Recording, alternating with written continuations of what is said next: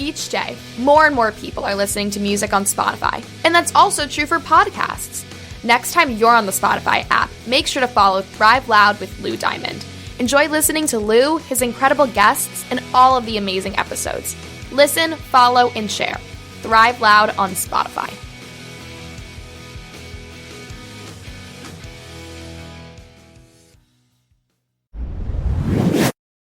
You know what always cheers me up? Rolled up aces over kings. Check raising stupid tourists and taking huge pots off of them. Playing all-night high-limit hold'em at the Taj. Stacks and towers of checks I can't even see over. And Thrive Loud with Lou Diamond.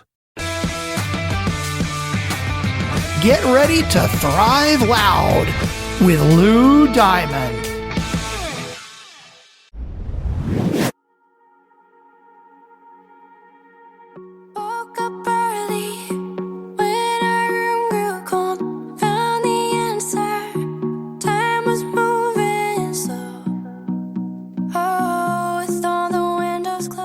Welcome, everyone, to another episode of Thrive Loud with Lou Diamond, connecting you to the most inspiring and amazing people that are thriving each and every day. I'm your host, Lou Diamond. Today on Thrive Loud, we have an amazing entrepreneur, the co-founder and CEO of Clarus Designs. She'd rather have a suboptimal strategy with flawless execution than constantly shifting strategy to fit a particular box. Thrive Loud listeners, this is going to be a good conversation about interesting role, person, and leader. Please welcome Rachel Haley. Rachel, how are you today? I'm doing well. Thank you so much for having me. Clarus Designs, you do some pretty cool stuff. I want to do this. Share with the listeners. I don't want to go all the way to the womb, Rachel. I want to go like recently how this became your focus and your gig, because you've grown this pretty quickly and pretty impressively during a challenging time. Did you not? We have. It was quite a challenge, but a great learning experience as well. All right. So kick us off. How did this become your gig?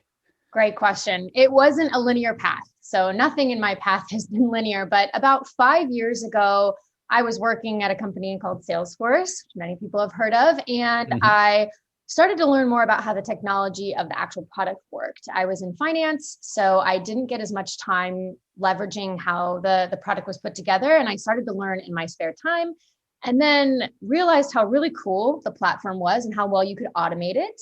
And then from there, I started to communicate and network with other people that I had known that started to work at startups, and they realized they're having a lot of problems setting up their Salesforce to be specifically built for their particular business and what they were trying to solve at the time. And so I ended up doing projects for them ad hoc. And they would ask me, how do you automatically route leads, or how do you do this or that, or one particular problem or another? And I realized that there was a lot of interesting information I was learning in my spare time that could be applied to these businesses. And actually people struggled with fairly similar problems. So I could sort of perfect it with one company, rinse and repeat at another. And then my co-founder was building out a data analytics team at a startup as well. And so we were helping, various people in our network. And then we decided, why don't we just quit and charge for this full time? And that's how Clarus Designs was born. So we are sales operations as a service. We help you scale when you don't have the internal talent to do that. We started that about 5 years ago. I did that for 2 years. Then 3 years ago, I worked at a company called Snowflake. I did that until March of last year, learned a lot of really great things, saw a tremendous amount of growth at that company. And then since last year, I've been taking what I've learned and trying to scale Clarus up as well. We've built out a product and we scaled to over 100 people internationally. So it was quite a 2020 for us. Okay, let's rewind a little here, because I don't want to skip over this, because you hit something about some of the sales operation challenges and things that you can replicate and do over and over again for others. Give us a little taste about the type of stuff that you do to help the organizations you work with, because I think people want to understand a little. I want to double click down on that button, if you would, understand how you're helping people specifically. Sure. I think the three main buckets that we really focus on, and these, again, this is for series companies that are, seed stage to C or D. So they're really at inflection points and needing to scale out or build a foundation for their operations. So the three buckets we help with are people, process, or technology. And what I mean by that is people, who do you hire? When do you hire? How do you set up your team? So if you have your first sales rep, let's say, how are you going to support him or her? Are you going to have that person crawling LinkedIn, looking for people to communicate with, to email? Is that person going to be supported by an SDR, sales development rep? Are you going to outsource that type of work? So the sales rep only spends his or her time speaking with customers. Are they going to have to do everything from, engagement to close? What does that look like? So that's the people. The process is, how are you actually positioning your product? How do you sell it? When would you want to involve a technical resource to go through a demo? How do we actually position the overall platform of what you're selling? And then the technology, how do you automate the processes that you've established to really scale? What CRM are you using? What marketing automation system are you using? And how are those tools configured to be the easiest to use and reduce friction in your overall sales cycle? So those are the 3 buckets that we really help companies with. And then there are different types of problems that you see at each series stage of a company that we were able to really perfect and repeat over the years. So this is interesting to me because I know tons of companies that have this challenge, and this must have been an interesting 2020 that just wrapped up for you, because obviously lots of companies, sales was vital where things were shut down or where they were. Can you give a little bit of an understanding of your company and your organization, how you guys were working during a tumultuous year? And was it a good year or a bad year? Great. We were really fortunate. We had a very good year. For us, what we saw as a consulting company and a services company was that unfortunately, several of the B2B tech companies, which are primary customers of ours, they had to deal with massive layoffs, unfortunately, and reduced quotas and reduced overall company goals, which just squeezed them from a budget perspective. And so with that, they had the same amount of work, more or less, to get accomplished, but fewer people to do that. So consulting was a really great option for them because they could hire someone for a very tactical or short-term project at a minimal cost compared to hiring a fully loaded, full-time employee. And so for us, we actually had an influx of inbound demand and companies that, they like, we no longer have this full-time resource. Can you help us? Can you jump in? Can you get up to speed really quickly? We don't actually have time to train you. And we have, a minimal budget. Can you help us get this done and operate within our needs? And so for us, it was really challenging actually to keep up with that amount of demand, as well as adjust our services so we could come in and be a very nimble resource for these companies. We couldn't spend a ton of time getting to know every single little detail. So we really had to adjust in terms of our learning framework, how to extract the most information from these companies in the shortest time possible so we can really help them accomplish their goals within a discrete budget as well. So for us, it was really trying to keep up with a huge demand. It was great, though. That was a big challenge for us. I want to talk about onboarding and offboarding. And I'm using that word offboarding because I don't think I've ever used it before in a sentence. But more notably, let's make it clear. There's that challenge of getting up to speed with the client that you take on so you can learn really quickly what they are about and how to connect their message to help them with their sales piece. And then there's the other side of it, which is maybe you've been working them for a bit and they've grown up or they've moved to the next stage and they've started to take things internally or stuff like that, and then transfer of what you've been doing to the internal folks. Can you share a little bit about that space that you play in and how you guys handle that at Clarus? Absolutely. That's a great point to mention, because one of the mistakes that our company made early on was we didn't have a really good offboarding process. Onboarding was all right. We were able to dive right in and get up to speed on all of the current workings of the company. However, what we used to do is we used to build systems and solutions where we were almost embedded, when I say we, Clarus Designs, as part of that design and solution fabric. So when we tried to offboard at some point, things would break. And that was a big learning experience for us back in, early 2016, late 2015. So now when we work with clients, we design solutions and keep that in mind, that we want to build something that's easy for everyone to use and easy to understand. And most importantly, we know who the internal resource is that will be taking over any process or technology that we build. And one of the things that we've adapted is, say, for example, we think that a particular solution might be best suited for a company. And maybe that solution involves something very technical that we would have to build and then slightly more complicated process for that particular company, but there's no one internal to run it. Once we were to disengage with that customer, we'll actually opt for a more simplified and streamlined solution, even if we don't think it's actually what's best, since there will be someone there to run it and take it over once we leave. That's provides more of a long-term viability for the solution, which ends up working out a lot better for everyone. So we kind of go into every engagement with that in mind. So how can we get up to speed as quickly as possible? Then how can we build something that's simple and streamlined and easy for anyone there to learn as well as take on and maintain once we leave? Also, documentation and communication is absolutely critical and key. That was another thing that we made a huge mistake with in the early days, is we weren't as diligent about documenting our processes as we should have been. So now we have really good user guides and tutorials and good documentation. So really anyone who comes in afterwards can look at this, and it's almost like a reference manual. So they know exactly what was the state and what the current state is and how to operate it. Couple more questions about the business before I drill down and we all learn a little bit more about you, Rachel. Mm-hmm. And that is, what type of businesses or industries do you focus on? Is it very widespread kind of a net, or is it very specific to the types of companies you have an expertise in? Right.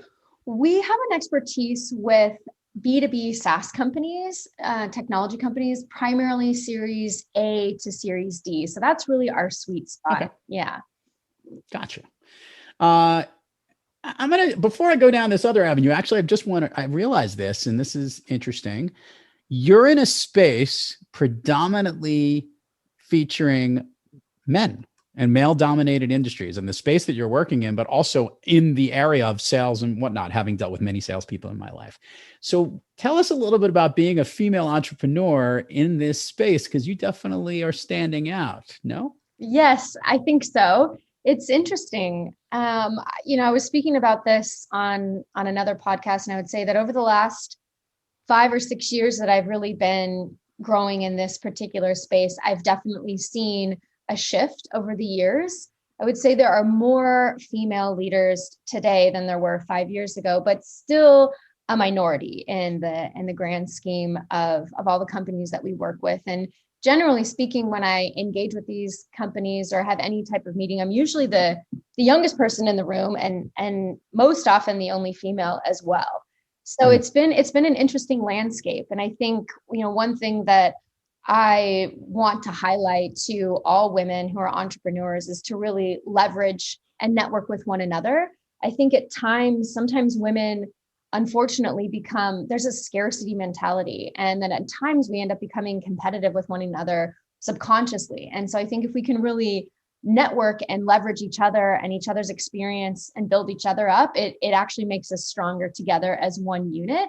And I think will help bridge that gap over the next 5 years. And it'll be more of an even playing, or an even distribution, I should say, of men and women in leadership roles in this industry. Rachel, I want to learn a little more about you here and try and understand, kind of decoding what you're about and how you thrive. And that is this question that leads into a signature question I have. What do you think your superpower is? It's a great question. I think my superpower today, because this hasn't always been the case, is the ability to correctly prioritize. One thing that I really struggled with, and still at some points do, but what I really struggled with early on in my career in technology was doing everything all at once, all the time, and having everything as a priority. And then as the saying goes, if everything is a priority, nothing is a priority. So the ability to really select 1 or 2 or 3 maybe key objectives that you're trying to get done in any designated period of time, clearly articulate them and the success criteria so everyone is aware and on board, is something that I've really tried to perfect over the last 18 months to 2 years of my career. And I think I finally have it, and I would finally categorize it as a superpower.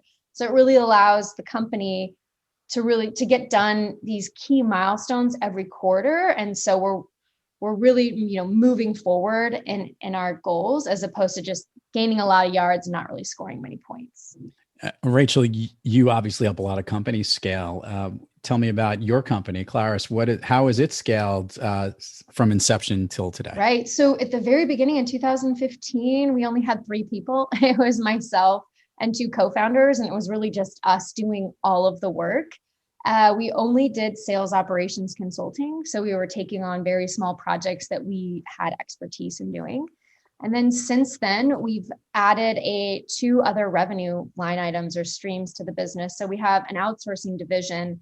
What that is, a lot of these companies have sales people or, members of their team. It could be in any division, actually. They're doing very manual and tactical administrative type tasks, whether that's cleaning data in a system, going online and searching for new companies or people to reach out to, anything that just is a lot of manual tactical work. We actually outsource that to a team that we have overseas, and we project manage it for you. So you're paying a fraction of the cost, and your internal employees can spend more of their time doing more complicated, higher value tasks that only they can really handle. So we added that revenue arm, as well as over the last year, we've been building out a product. So this is a product that helps automate a lot of your data analysis and data cleaning. It's a platform that sits right within Salesforce.com. And so that's brand new. We only have 1 or 2 customers using that. And over the last 3 years, we've scaled the outsourcing division to over 120 people globally. Nice. Yeah. And then we have three paying customers with our technology platform, and then 10 consultants worldwide as well. It's been a big growth. So I love asking all the guests on Thrive Loud this question, Rachel. Very interested in seeing where this goes. So you have been thriving throughout your career, entrepreneur as it is, dealing with some of the coolest new businesses and helping them get started and kickstarted at that unique stage with real specificity, which is pretty cool. And this whole scaling thing that you've got down, let alone you got a superpower of organization, which is awesome. So which means you're thriving on most days. But Rachel, we all have days when we're not quite kicking on all cylinders, where we're a little off our game. Rachel, when you have trouble thriving, who or what practice do you seek to get yourself back on the thriving track? Great question. I think for me specifically, when I find myself not thriving on those days, I'm generally overworked. I think that I've probably taken on too much, and I've transitioned my train of thought from very high level, long-term and strategic to short-term, very tactical, get as much done as you possibly can. Let's do it all in one day. And it's go, go, go, go, go. And I almost feel that at that point, I've reached significant diminishing marginal returns. So for me, I take a step back. I completely unplug. I'll turn off the devices and I'll go for a really long run, somewhere from like 10 plus miles, and really clear my head, as well as meditate and do breath work and yoga. So I really try to take a step out of the business, out of the day-to-day, and really clear my mind, because it's during those times that really you will naturally come back into focus and realize what a priority is, what you should focus on and what you shouldn't. And it's really rejuvenating and energizing. So to me, that's what helps the most. Rachel, let's do the admin part of the show. Can you share with the listeners all the places people can find you, websites, URLs, links, places they can connect to you, your business, whatever it might be? It will be in the show notes, but it always gets way more engagement when they hear it directly from you. Absolutely. The best places to find us would be our website. So if you go to www.clarusdesigns, clarusdesigns.com, and there's a contact us page. If you go to that and fill it out, let us know the problems that you're struggling with, and someone will respond to you within a couple of days, and we'll set up a call, see if there's something that we can help you with. Or on LinkedIn, you can find us on our Clarus Designs company page. We have a lot of content that we post there as well. Before I leave that topic, what does Clarus mean? What is the significance? Great. No one's actually ever asked me that question. So Clarus is the word clarity or clear vision in Latin. So when we were first thinking of a name for the business, we really wanted to clearly articulate and define or design a roadmap of scalability for your business. So that's how we came up with the name Clarus Designs. I'm just naturally inquisitive, Rachel. This is why I asked. Great. Okay. Would you like to go down Fun Street with us here on Thrive Loud, Rachel? I'd love to go down Fun Street. All right, let's start off here with our signature question to get things started. Rachel, do you have an all-time favorite movie that you love to watch or rewatch over and over? I do. I am a huge Jim Carrey fan, the biggest ever. And I think his best movie is Liar Liar. I could watch that on repeat forever. He's so talented. It's so funny to me. I love how he does the role in that. I think that movie's underrated, actually, because I think he really does do a great job of like the whole like trying to hold back the lie or to not tell the truth in that whole scene. It's like hysterical acting. That's really good. I like that one. I don't think we've heard that one. That's a good one. Anything that he does is probably a favorite of mine, but that one specifically is my all-time. So we're going to do the speed round here of Fun Street, and let me explain how this works, Rachel. I am going to ask you something, and I want the first thing that comes to your mind. These are things that make you feel good, lift you up, motivate you, make you thrive. You ready? Okay, I'm ready. A song you love to hear or that pumps you up? Ella Voss, Dreaming Backwards. A favorite food that is not a dessert? I would say green curry with chicken. A favorite dessert? Tiramisu. An activity you wish you did more of? Snow skiing. I wish I could do that more. An activity you wish you did less of? Constantly on social media. Rachel, if you could snap your fingers and go anywhere in the world, where are you? Manuel Antonio, Costa Rica. Oh, that was so specific. What is there that connects with you so much? It is one of the most beautiful beaches I've ever been to in my life. It's actually a national park, and it's just very pristine, white, sandy beaches, really good surf, beautiful landscape, wonderful people, great food. Rachel Haley, Clarus Designs, keep kicking it each day. Help all these companies get themselves kickstarted, specifically on that scaling point that they all need help with. And it was truly a pleasure to have you on Thrive Loud. Thank you so much for having me. And to all the listeners out there, thank you for joining us. And until next time, keep thriving onward and upward. And remember, be brief, be bright, be gone.